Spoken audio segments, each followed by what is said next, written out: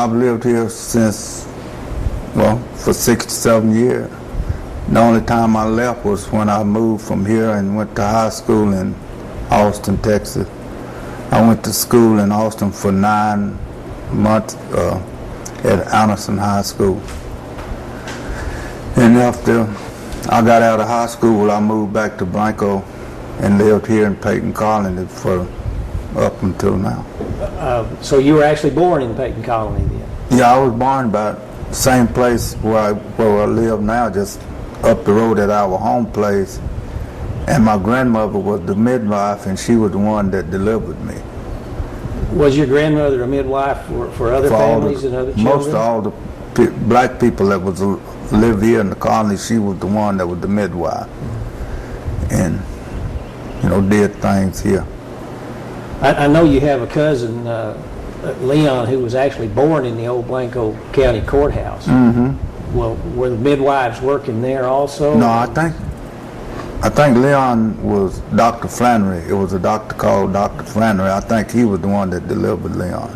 Yeah. But before that, most of the births. All of the midwives was here in the colony. They didn't go to Blanco. Yeah. What do you do now as a vocation? As I shoe horses and train horses. I still do that some. My main occupation is shoeing horses, and I build roads and clear brush and stuff for different people, mostly around close here in the colony. Is mostly for the people I work for. So you still train horses? Yeah. Do you break them? Yeah, I got 4 now I'm breaking, What do you do with a horse that's hard to break, that won't mind you? Breaking a horse, I consider a horse the same as a person. As a human being, they got the same brains as a human being. And you treat them nice, they treat you nice. Same with a person. And if you're going to train a horse, the first thing you got to do is get their confidence. The horse has got to get his confidence in you, and you get your confidence in him. And by training, you teach them to, if they completely wild, you put them in the pen, let them run away from you. You stand there in the middle of the stall and talk to them till they face you. Once they face you, you know that you're winning their confidence. As long as they're real to you, that they don't trust you. So when they start looking around and looking at you, you start making steps towards them, and eventually you can touch them. And then once you touch them, you back away from them and see do they still look at you. And if they do, we'll go back and touch them again. And then soon you finally be able to rub them and just start like that. Put your arm around them, and let them know that you're not going to hurt them. And that's the first step in training a horse, And you never do get in no hurry. You ever been kicked? Yeah. Not a whole lot, but, you start at the head, and then you work your way back to the rear. And I do a lot of scratching on horses, and horses feel like, when you scratch them, they finally, they enjoy that. So that's the way I started out training one. Now you told me a good story one time about a horse or two would get a little unruly and want to run off from you. Mm-hmm. I've had lots of horses that people bring me that is already spoiled. Some horses that, people get on a horse, the first thing they do is start riding, and the next thing they want to do is run. And they like to run back to the barn. And before you know it, they get a horse, and that's all the horse want to do is run. So then they want to get them slowed down, and they don't know how to do it, so then they bring them to me, and I teach them, how to slow down and start and stop and do that kind of stuff. And that was the story I was telling you about me running them up the mountain, And what mountain is this? I call it Mount Horeb Mountain. That's the mountain up above my house. I call it Mount Horeb. It's Mount Horeb Mountain. it's so strange because when I started studying the Bible, they talked about Jesus going up on a mountain called Mount Horeb. And I always say that this is where this church got its name from, was that mountain up there. Yeah, that's the way I figured it. But this horse didn't want to go up on the mountain? No, well, he wanted to run, so I just turned him loose and let him run. And I'd steer him and let him turn and go up to the top of that mountain. And just running to the top of that mountain it ain't long before he's out of breath and tired. And then I let him realize if you pull on him, he want to take off again. Well, when they get to where that you can drop the reins and let them walk around, well, they enjoy that. And then you pull up on them, they stop. That's the way that's teaching a horse. That's all it is. When did you get into roping? I've roped all my life. You started as a kid roping? I started as a kid on a Welch pony. And that's the way, the way the kids around here in the Peyton colony had their fun is roping, riding cows at night, and that's where we got started. Then my dad had a bunch of goats, and we had to follow these goats around and herd them, and as we did that, well, we'd cut us one out and drive them away from the herd, and then when they started back, well, we'd rope them coming back towards the herd of goat. And they always said if you can rope a goat, you can rope anything, because a goat never would run straight. They'd always run crooked, and some of them would stop, all that kind of stuff. Well, pretty soon it got to be serious with you. I mean, you went into competition, didn't you? Yeah, after I found out about where rodeo, my brother moved to Austin, and it was some jackpot rodeos like in Bastrop, and a little town called Caldwell. Dime Box is where we would have rodeos. That was the only place that black people could have a roping and with competition that we knew about. So on Saturday nights we'd go down there and have a competition roping between each other. This was about what year? That was in 57, 58, and I finally got me a horse and I started riding, and I found out, that it was some money could be won at this. So it was in 1968 was when it was in 70. The black people in the white rodeos, they wouldn't let black rope with the white rodeos. So in 1974, I went to work for this guy, which worked out of San Antonio, and I started training his son how to rope, and he got real good, and he got to be a world champion junior calf roper. And we was going around, so they asked me to go to a rodeo with them in Comfort, Texas, in Center Point. And I told my dad I was going to that rodeo, and he said, no, they don't allow no black people in Center Point. The boy you were training was a white boy? Yeah. And I was roping with some white friends of mine in San Antonio because they wanted me to train them some of the stuff that I knew. And after I trained them, they told me, they said that I could win a lot of money roping at their rodeos. And I said, well, I don't even know how to enter. So one of my friends said, well, I'll enter you, and all you got to do is show up. And in Center Point, Texas, that's when I showed up. And it wasn't easy because when I rode in the rodeo arena, I got called lots of bad names. And it didn't make me no different. I just rode around the arena. When it come my time to rope, well, I roped this calf, and my horse stopped so fast it threw me over the top of his head. I turned a double flip and landed right where the calf was. I just picked him up and tied him. Well, everybody just thought that was the greatest thing they'd ever saw. So we sat around, I rode out, and all my friends said, well, I know ain't nobody going to beat that time. You know, that was just too fast. Well, they never called my time out.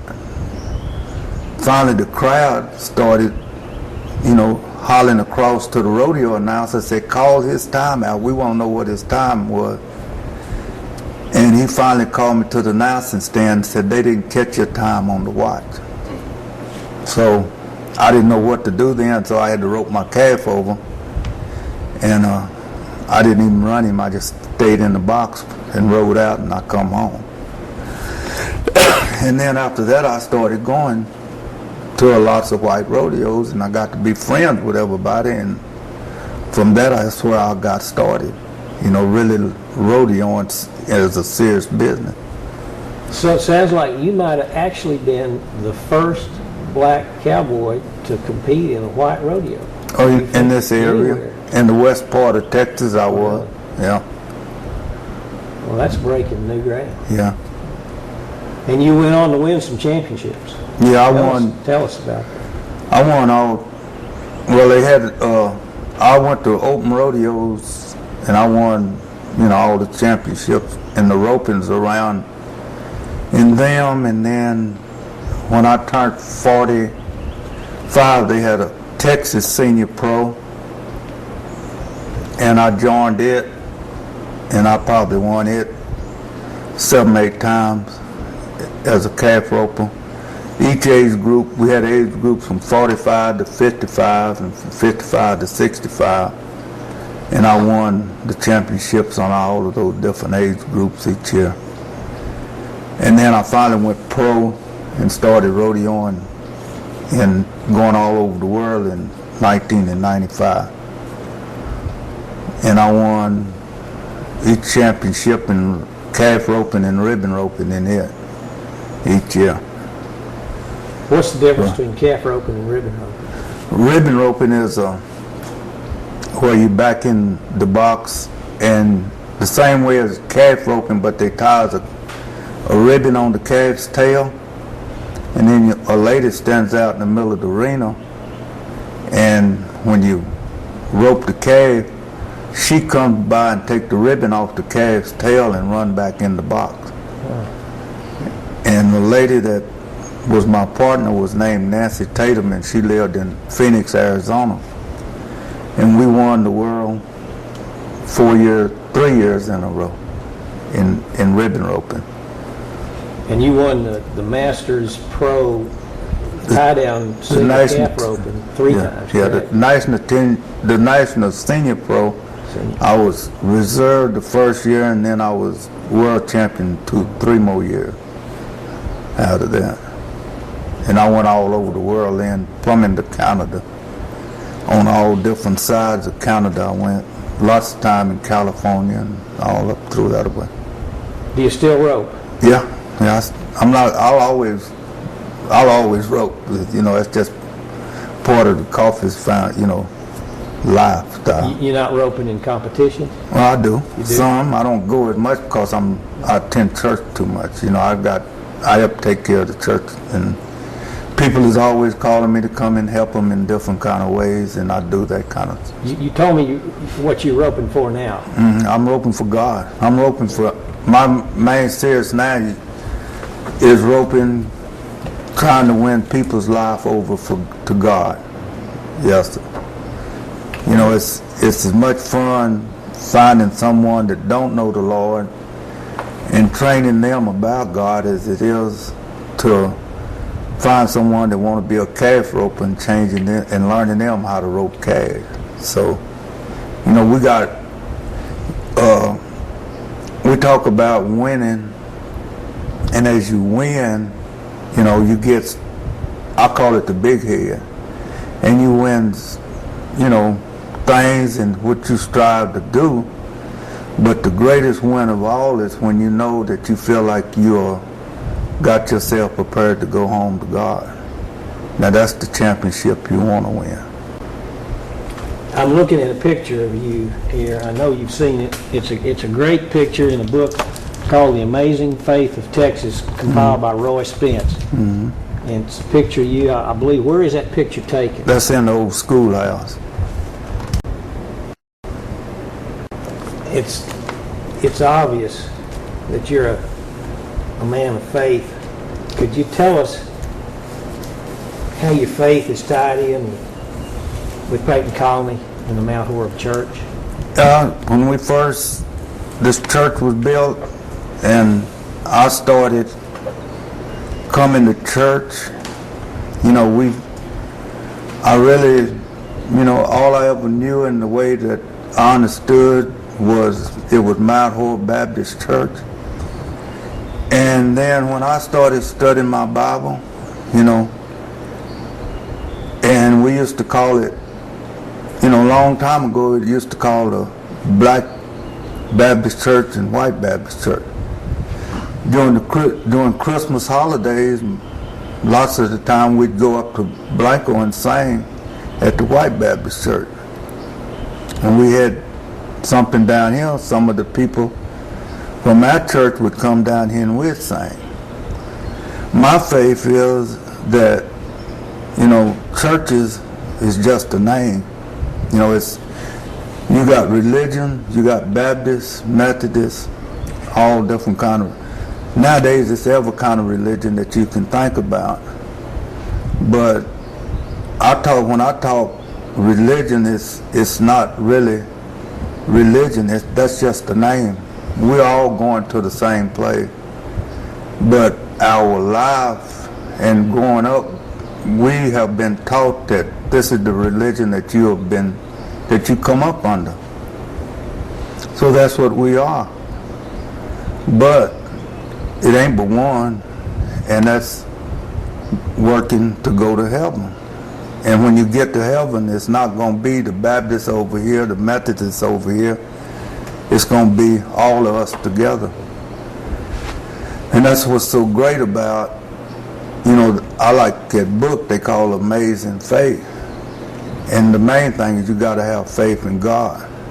It's not a Baptist faith, and it's not a religion.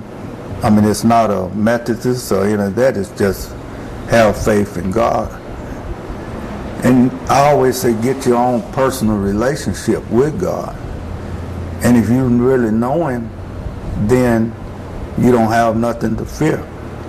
And that's the way when I'm talking to someone, that's what I always tell them, to get your own personal relationship with God. And, if you and God got an understanding, then don't worry about anything. So, I love, I call this church, it's not really Mount Horeb Baptist Church. This church nowadays we have it's strange to come here some Sunday and we have more white here than we do black. And that's what it's all about. It's not, a white church or a black church. It's not that, it's just something you've been taught. And I'm hoping that, one of these days, we'll all be together, which we're going to be when we go to heaven. And that's the way I look at, when I think about churches. You're a deacon in this church. Yes. Correct? Yeah, I've been a deacon for 4. This will be the 3rd year that I became a deacon. How do you become a deacon, and exactly what does that mean to you? A deacon is really, when the pastor asked me that would I wanted to be one, I accepted that. And you go and you put on trial. You'll see how much you're really dedicated to the church, and whether you really, spend time and with working and helping and doing things. A deacon has got the responsibility of keeping the church going. And once you ordain, well then you have jobs. A deacon has got as much a responsibility almost as a pastor. You didn't come to this real serious, all-abiding faith real early, did you? You told me some stories. I rodeoed, I grew up as a child coming to church and being taught about church. My mother taught me about church. And it's so great because the Bible said, bring up a child in the way that they should go and they never will depart from it. well, I departed from it, but it was still in my blood. It's kind of like the coffee, all of them is known about. That bloodline is fooling with horses and stuff. Well, when I left the church, and when I become knowing how to rodeo, I thought that was the only thing in my life that I needed to know how to do. And I rodeoed for years and years. And as my mother got older and the church started getting smaller and smaller, well, I told her, I said, when she moved to Austin, I said, don't worry about the church, I will keep it going. And that was my job. I promised her that. And so as I started doing it, I found out that serving God is just as much enjoyment as rodeoing or doing whatever. God will always allow you to do anything you want to, but as the Bible says, 6 days I work, 7 days I rest. So I take Sundays for my resting day, and come in here to church and enjoying, doing that. The rest of the week I can ride horses and play around and do whatever I want to, rodeoing, whatever. Before you made that promise to your mother, though, were there some Sundays when you kind of just passed by the church? Yeah, my mother would ask me to come to church, and every Sunday I promised that I was going to come. Well, some of my friends would say, are you going to that big roping in San Antonio, or are you going to that big roping in Houston or somewhere? Or it always happened, and that was the devil. See, he would always pop on the Sunday that I'd always made a promise to my mother. So what I would do was wait until she come to church, and after she come to church, I would crank up, and as I crossed that cattle guard, she could hear my truck come across. She just walked to the church, to the door, and shake her finger. Yeah, she'd walk to the door and she'd shake her finger at me, letting me know that she knew I was going to a rodeo. So finally she told me, said, son, just go ahead and, rodeo and have your fun, and I will pray you back in the church house. So as the years went by, and, God let me win whatever I wanted to win, God let me win it. And finally he told me, he said, I done let you win everything you can think of. He said, now it's time for you to go to work for me. And I accepted that job. And as I accepted that job, my uncle passed away. And when he passed away, that's when I said, I gotta come. Do the things I gotta do for God. You need a drink of water? And his name was Austin Jones. And when Austin Jones passed, that's when I moved in, and I had to go to work. I enjoyed. How do you think your mother feels about you being a deacon? Well, it's so strange that after I come back, my mother seen what I was doing. She said, she had one more person she wanted to come to God, and that was my brother.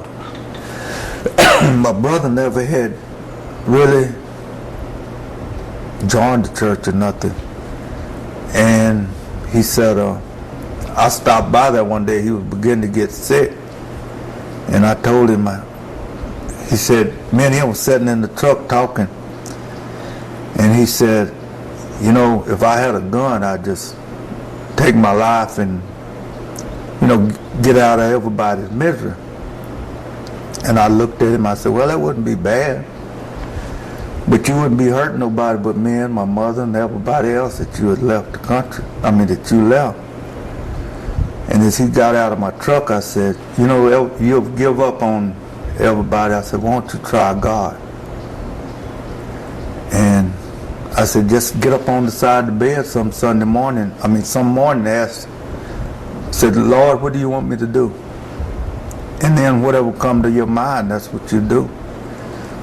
So that following Wednesday, my sister called me and said that my brother got up and his wife usually helped him to the bathroom, and he got up and walked to the bathroom by himself and went out on the porch and walked down the road and said that she was trying to stop him, but he said, just leave me alone, I'm fine.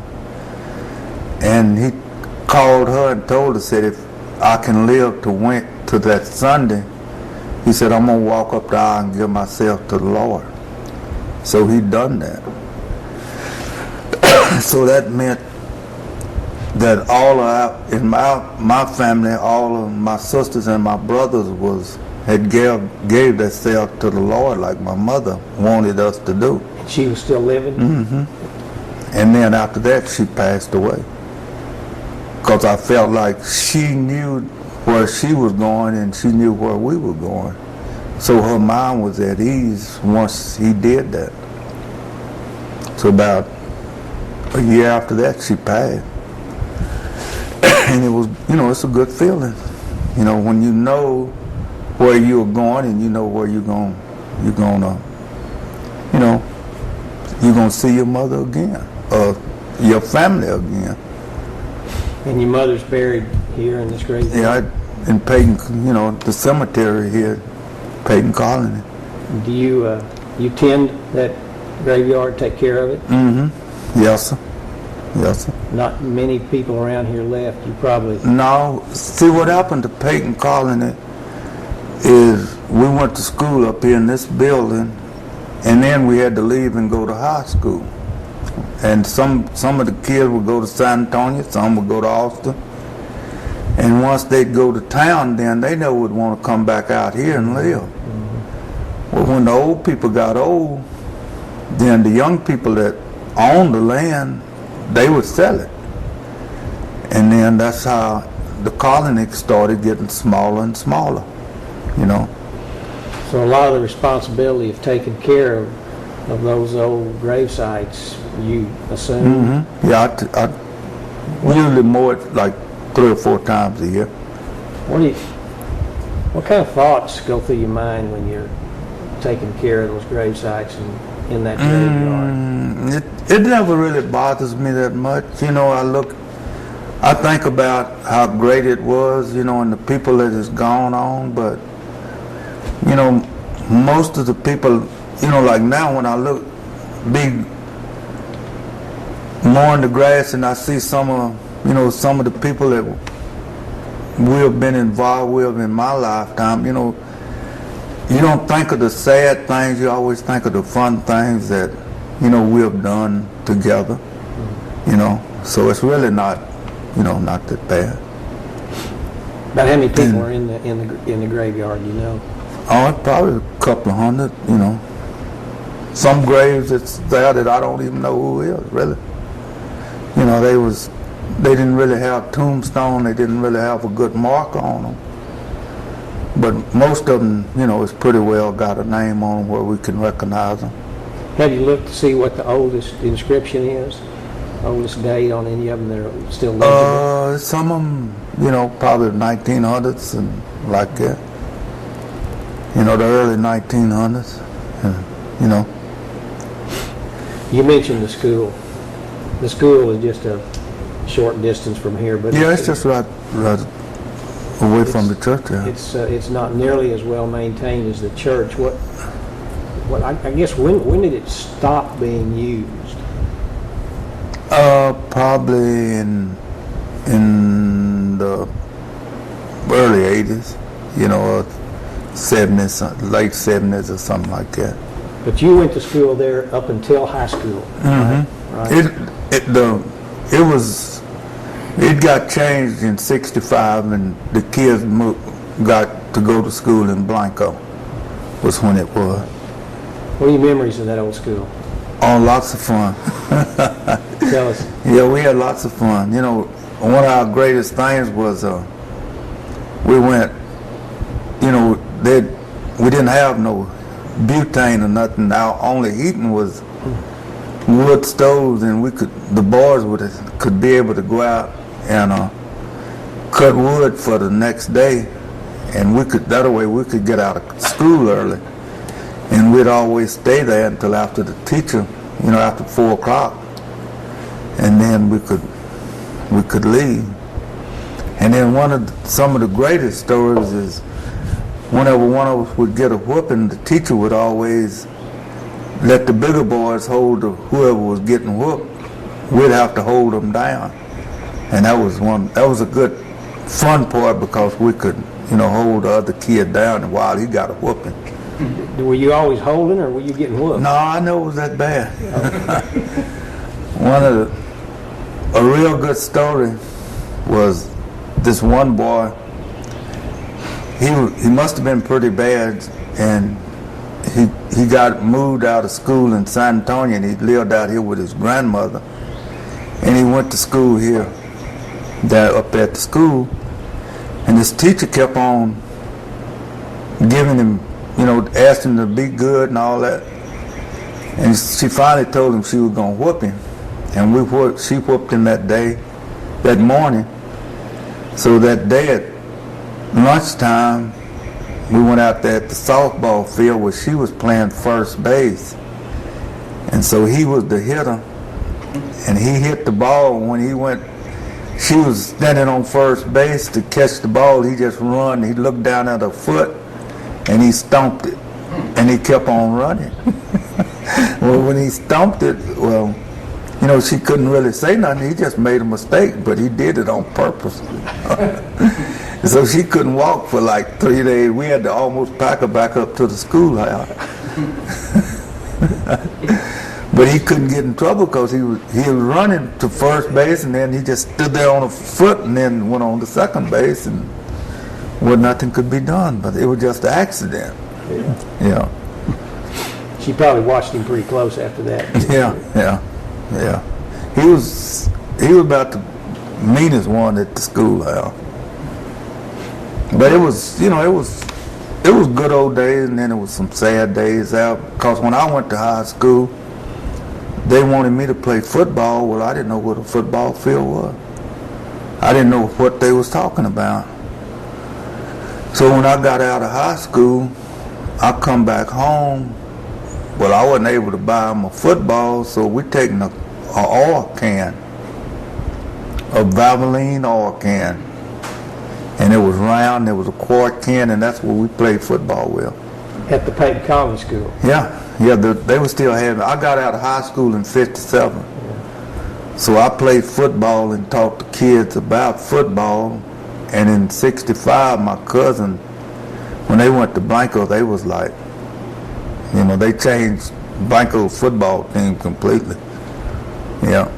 I got one cousin named Ronnie. He said that was the reason Blanco got a new football stadium because of the things that he done for the football team, and it probably was because they won state and they won a bunch of stuff, When you were in school at the Peyton College Schoolhouse, how many children were in there? It was like 20-something.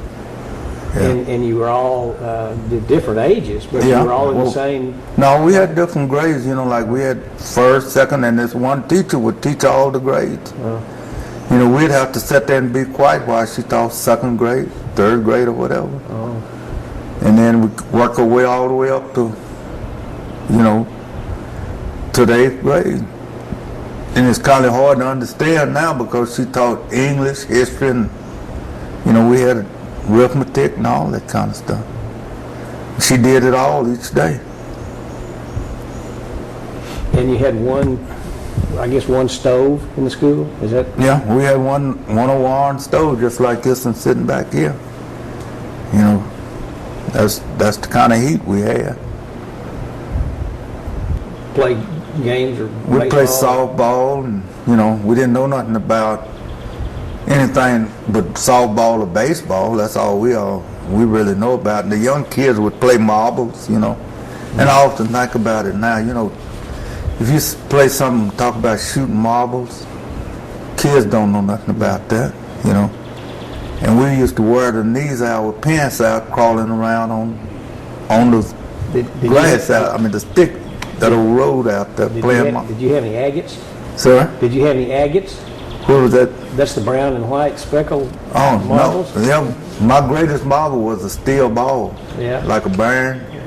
And we used it because you could bust those regular marbles with them. You know, and so we'd slip them in and, you know, bust somebody's pretty marble. That was one of our biggest things doing. You don't see kids playing marbles No, anymore. no. Never. And that was, you know, it's all video game now. Yeah. What do you think when you see the school right now? Well, I hate to see it. I hate to see it looking like it's looking, because you know we could really fix that building up and keep the memories that have went through that building. We could keep it, you know. But that's what we need to do. We need to redo it, restore it, yeah, and let people use it. You know, it's too good a building to just let disappear. Well, back in the early days of Peyton Colley, I've read a little bit in the county history book. It said that there was many at one time. It was 400 people. Yeah, it was Peyton about. Colley. You know, this was our choir stand right here, and you know, when I was going to church back in the 70s, it was pretty well full. All of these benches were, you know, it's 10 or 15, and we had a choir and we had piano player and all of that, you know. Well, can you remember about how many people lived right here around the church and in this area as part of Peyton Colony? Yeah, well, back then it would probably 25 different families, anywhere from 20 to 25 different, you know, families of people, maybe more. And what is it now? Oh, now it's probably maybe 10. You know, I don't think it is. It's anywhere from 5 to 10 families. There's more families still own some land, but they don't live here. They live, you know, in different towns. Did some of them ever come back? Yeah. From service? Yes.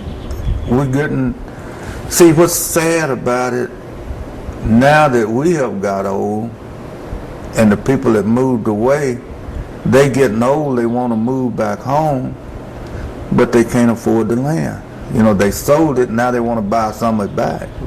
And they can't afford to buy none of the land back because it's too expensive now.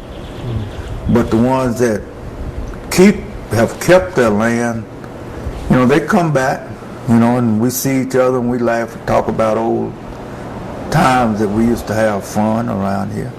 You told us one story one time about one of the benches in the school. Oh, we had we boys would always, you know how boys are, but what we would do, if one of the boys would start acting up or did something to some of us that, you know, we didn't like, so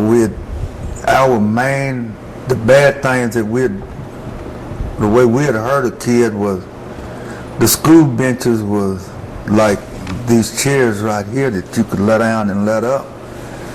So then we'd vote and tell which one that we're going to get in trouble. And so we'd say, how you going to get, we knew one of us was going to have to get a whooping. So we'd vote and say, well, okay, it's your time to do it. So we'd get a safety pin, and we'd come in they'd let us out for recess. Well, we'd take that safety pin and put it in the toe of our shoe. We had some old, like, tennis shoes on. And you take the safety pin and run it through his shoe and turn it up. And then you when the kids come in after recess and sit down, well, then you take the safety pin and just ease it up to the chair and just barely poke him in the hip with it, you know. And they would jump up off the bench and they'd scream, well, you just ease it back down and take the pin and throw it away. And, well, teacher would say, what's wrong with the boy, you know? And he'd say, well, something stuck me, but he didn't know where it come from. They couldn't prove it because, you know, that was one of the meanest things we'd do in school, if somebody would do something bad. I wish that was the meanest thing people did in school today. Yeah, yeah. We'd all be better off. Yeah, but you can't, you know, if we did something bad enough that you get a whooping, it wasn't that, just scolding them. She'd say, okay, go. She'd tell the biggest boy to go cut her a switch. Well, if you weren't going to get a whooping, you were going to cut a pretty big switch for the next one, because you enjoy watching them get a whooping, see? And she'd stand them up in front of the class and say, okay, it's time for you to get a whooping. And, that was fun for us. We'd enjoy that. And what made me stop cussing, I very seldom use a cuss word, and it was in 1956. This coach, I went to high school in Austin, so we didn't cuss. You didn't cuss in high school. And we was playing football, and I missed the pass. So when I missed the pass, all I said was, God. That's all I. So he hollered at me, and he said, you might as well go ahead and say, Coffee, I got you. I heard that. So we go back, and we're taking a shower, and I run taking a shower and put my clothes on.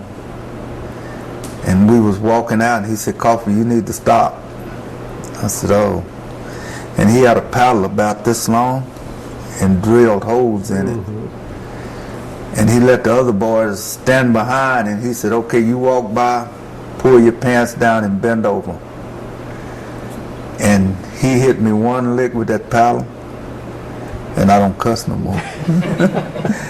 That taught me not to cuss. They call that the Board of Education. Yeah, had holes drilled in it. Yeah, I've seen those. Yeah, you probably seen one I've of them. seen one. Mm-hmm.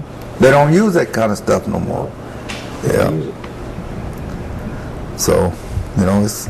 Back then, did Peyton Colony have any kind of a mayor or a kind of an unofficial government or a law enforcement? Anybody that... My dad. Your dad. My dad. My dad was like, if there was any problems in Peyton Colony, it's so strange they could holler. They could holler from house to house. And I remember my granddaddy's house was like 2 miles further back, and one evening we was sitting down on the porch, and we was playing, and he said, y'all be quiet. So we shut up, and he stood up and hollered. And he could hear my uncle hollering, but we didn't. And so they hollered 3 times, and he jumped on his horse and started running to the back. And when he got back there with my uncle's sister, which was my dad's sister, which she had passed, and he could hear that. And this bell at the back of the church house was used on Sunday morning, and then it was different rings of that bell that anybody in Peyton Colony, when they heard that bell, they'd come to this church because it'd be some kind of problem. And that's how we got communication between the families by the ringing of that bell. And they taught it, the families knew that it was something wrong. That's the same bell that's still here? Yeah, that's the bell right behind the church house. And you can hear that, if you start ringing it, you can hear it all over the colony. If you were going to try to paint a picture of what Peyton Colony was back, pick any time, when you were 10 years old or 18 years old, whatever is your most vivid memory of this place you call home? Oh, a fun town, people come here, they just love to come here. And, we'd have different programs, and right here at this church was mostly, where our biggest fun times were.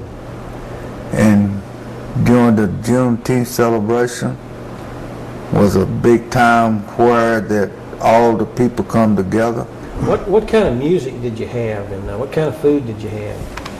We'd have, it all started about the families. There was one day that we'd all come together, and each family would either barbecue a goat or a sheep, whichever they family liked the most, So we had this barbecue pit up here that had wall over it, and it was just a hole in the ground, but all the family would bring wood together and they'd pile it out. And the men at night, they'd stay down here all night and they'd start a big fire and they'd put wood up, coals up under the meat, and they'd skin the goats or the sheep out up there on by the live oak trees and quarter them up, and then lay them on the pit. They'd season them and lay them on the pit, and they'd barbecue them all night long. And then about 12 o'clock the next day, you just see from horses riding this away, wagons, or people in cars. Most of the people from Blanco, they'd have cars and stuff, and they'd come down, and we'd all celebrate together, you know. And that's one day that lots of people wouldn't miss. Even up to now, if we say that we having a celebration, they know it's going to be lots of good food, so they come down and celebrate with us. You know, that's one thing, one tradition that all of the older people around here, they never have forgot it, and they all come out on that special day. It kind of died down, but we have got together and we started back to celebrating that day, and we have it here in the lunchroom now. You know, we just do all the cooking and stuff at home, and then we bring all the food down to the lunchroom at 12 o'clock on that day and celebrate here at the church. That's what we do. You plan to celebrate this year? Yeah, we do it every year. And you have music? Yeah, I got a bunch of friends now that since that I've started trying to play, well, we all get together, and like on the day we have celebration, we just set up a, PA system outside, and, we play for hours. Yeah. And you mentioned earlier that at these celebrations, as well as your Sunday services, you're likely to have a lot of white people celebrating with you. Yeah, we celebrate now. I don't know, but when the people come here, they seem like they get they say it's just a different feeling. I don't know whether it's because they can relax or, whether, I've been even with my sister at her church, when you walk in her church, everything has got to be by the clock. And they celebrate and they praise God, but, when it come time, it goes kind of by the clock. And that's the way churches are now run, is by the clock. But with our church, we may be here at 3 o'clock. We say we have one service, and it may start at, say, 10 o'clock or 10:30. I teach Sunday school, and we get through and we start singing and praying. Or either somebody may want to sing a song or whatever. We just start praising God. And it may last a while. The preacher start preaching, we don't know how long he's going to preach. So, that's the way we have church. You briefly mentioned about when you started rodeoing that you couldn't participate with the white rodeo people until you just kind of stepped in and started it. And you've it wasn't easy. I got called lots of different names, but I smiled, keep on going. And it would, I never was able to afford a good horse, so all I got is somebody rejected that they couldn't ride or they got tired of. So that's most of the kind of horses I rode. And then I finally trained me a horse, and I really know what it was rodeoing was about, so I trained me a horse. And, you can mention that horse's name all around and people remember me riding that horse. One time in Seguin, we had a roping called breakaway. That's where whoever could rope the carriage the quickest, then you tie a string at the end of it.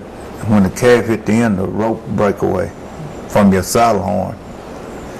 Well, I won that particular event 39 times in a row, and we went down every Tuesday night and had that roping. And we started out with 100 100 ropers, and then it finally got down to about 25. And, you know, the guy gave me a plaque for winning it. He said anybody could win a roping 39 times in a row. He said, you deserve a plaque. So he gave me a plaque. What was the name of that horse you mentioned? Midnight Annie. Midnight Annie? Yeah, Annie. Yeah. Well, other than those experiences with breaking into the world of rodeo, your brief discussion about race relations, it makes it sound like Peyton Colony has really had a pretty good experience with the white people in Blanco and the surrounding area. Were there ever any really bad spots or problems in the town of Blanco itself? Well, you know, it was when we was growing up. You know, it was certain places we knew we couldn't go. Like where? The bowling alley, the theater.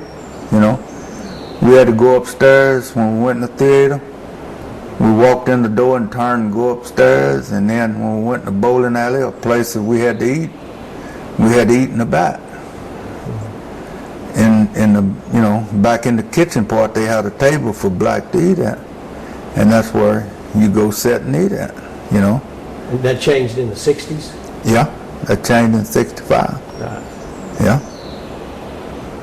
But, you know, it never did really mess with my mind, or I never did have no hard feelings about it. You know, my mother taught us like that. You know, a man is a man until he proves himself different. And it makes no difference what color he is, you know. So that's the way we was taught. And when I started rodeoing, I rodeoed with lots of my friends was white, you know.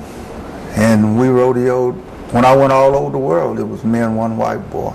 And he started out roping, and he told me when we got through that year, the last year we went together, he said he had more fun than he had ever had in his life of rodeoing.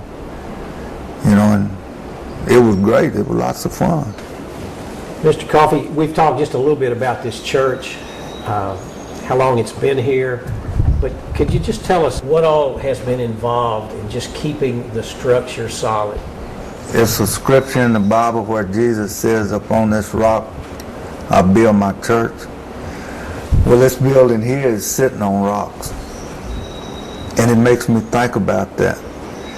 You know, he said, if that building is going to stand, a building that's built in sand won't stand. And when them old people built this building, up under the bottom of it is big rocks. And they intended for it to stand. It also has got a cornerstone, and it talks about in the Bible about a cornerstone. And this church has got a cornerstone. So to me, it means that it must be carried on, because for 67 years, that's how old I am, and from the time I started realizing what coming to church and what it meant back then and what it means now, well, it's been a lots of hard work put in this building. My mother was one of the hardest working since I remember in this church, helping carry it on. Between her and Deacon Jones, they was the ones. Before them, it was the Upshaws. They was, you know, all of those people were people that really worked to keep this building going. You know, so this building started out with the black building it, and then the white started coming at different times, different celebration. Now the generation now is, this church is almost half black, and the members are half black and half of them are white. This house is God's house. You know, it's not a black community's house or church. This is God's house. And we are the church. By we being the church, the members of the church, and God didn't say it had to be black members or white members, so, but he uses people. Since we don't have the black that live here in this community to carry it on, God put somebody else here to keep his church going on. The Bible said where two or three joined together, I can be in the midst. So by knowing that and feeling that, it don't make you feel bad when you sit in here and ain't but 3 or 4 people here. You know, most people want to, you know, you want to go to a church where it's a bunch of people. But is the Spirit really there? You know, that's what you want to go when you can relax, get that Spirit filled in you, and you can enjoy coming to church. You've done a lot of things. We haven't talked about your movie career. Can you tell us about some of the movies or some of the experiences? I was in a couple commercials, and then they called me one time, and I stopped by a place up here at Midway Farm, and they had a bunch of guys up there they was trying out, and it was all Spanish people, and I stopped by talking to a friend of mine, and he said, "Why don't you try out for that movie?" And he says, well, it was all Spanish, you know. They wanted vaqueros, and that was all Spanish men. He said, well, just go over and tell the man you want to try out. And I said, okay. So I walked over and told him.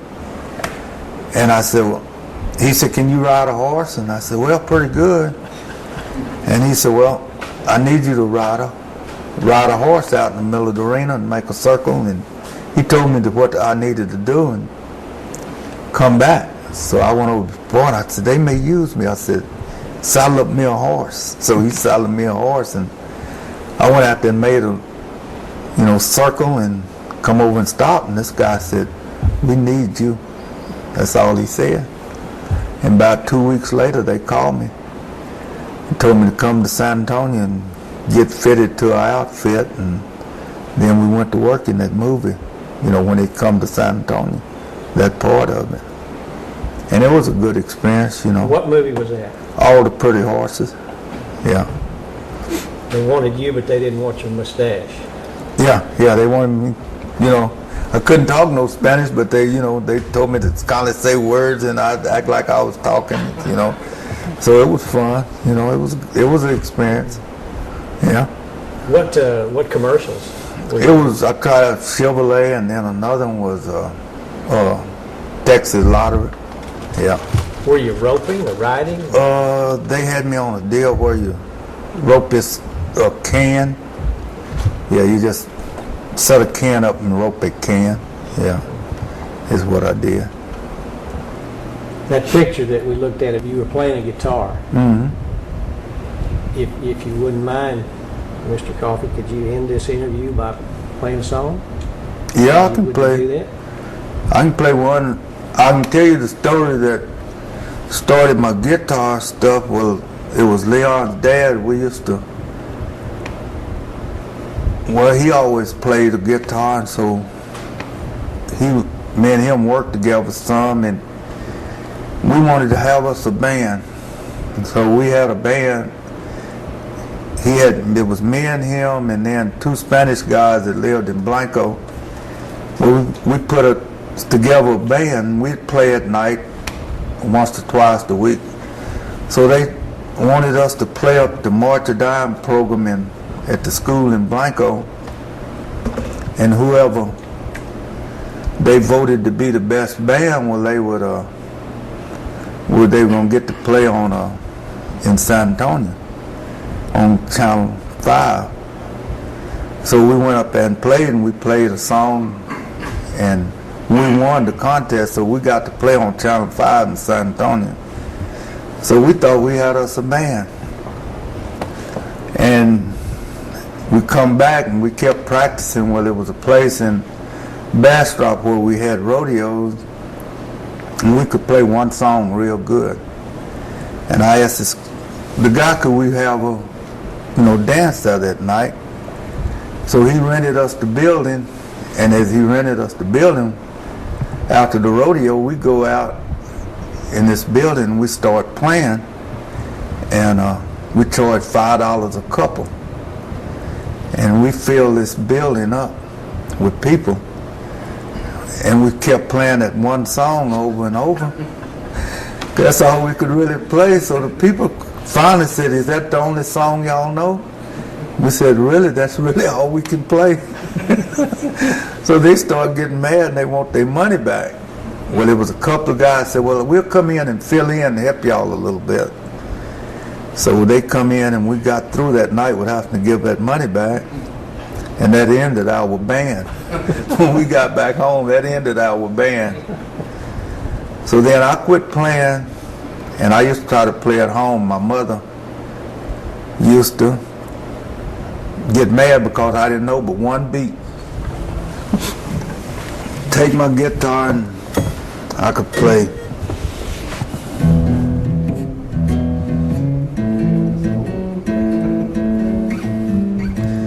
And that's all I knew what to do, you know. So my mother finally said, you know, you got to quit doing that. It just was wearing me to death. So I got mad and disgusted. I put my guitar out in the washout, throwed it away. And it was a Fender Stratocaster. A friend come by and said, won't you let me have the old guitar? And I gave it to him. And now since I started back, that same guitar probably worth almost $10,000.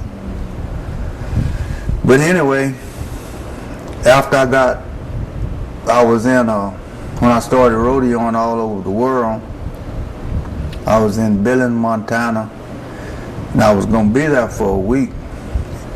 And I went to a pawn shop in Billings, Montana, and I bought me a acoustic guitar, and I didn't know how to play it. You know, all I knew how to play was what I just did. So a guy at the rodeo that we traveled with, he knew how to play, so he showed me how to make some chords. And I started playing. After I gave myself to the Lord, well, he helped me be able to sing some songs, you know, doing Christian songs. And my mother knew I couldn't play a guitar, so I was here at church. So I learned how to sing a song called This Little Light of Mine. And so I called her and I told her, I said, you got to come to church. I'm playing music, my guitar. And she said, oh, son, you know, you really don't need to play, you know, sing with guitar music. And I said, yeah, you got to come. And I said, you know, I read a scripture in the Bible where it says, make a joyful noise unto the Lord. I said, so my guitar music can be noise, and we're doing what God said do. So she said, okay, I'll come. And she'd come and go to church with me then. You know, and that was a great feeling for her to come back home and go to church. And the song I learned, and like I said, this song God was using me, and I started practicing learning how to sing this song. It's called This Little Light of Mine.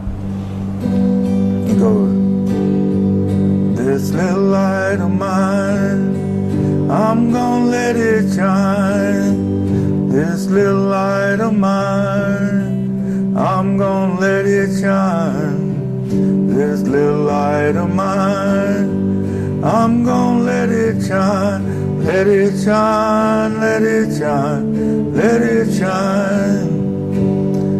Everywhere I go, I'm gonna let it shine. Everywhere I go, I'm gonna let it shine. Everywhere I go, I'm gonna let it shine. Let it shine, let it shine, let it shine.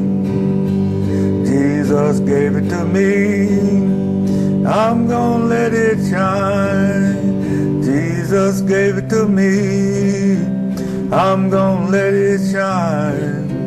Jesus gave it to me, I'm gonna let it shine. Let it shine, let it shine, let it shine. Then I'd go around the rodeos, and I had my acoustic guitar, and I'd sit out there in the bleachers and I'd start playing.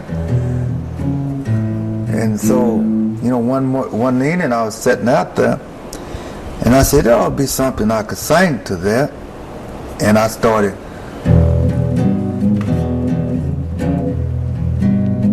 And the song went, swing low, sweet chariot, coming for to carry me home. Swing low, sweet chariot,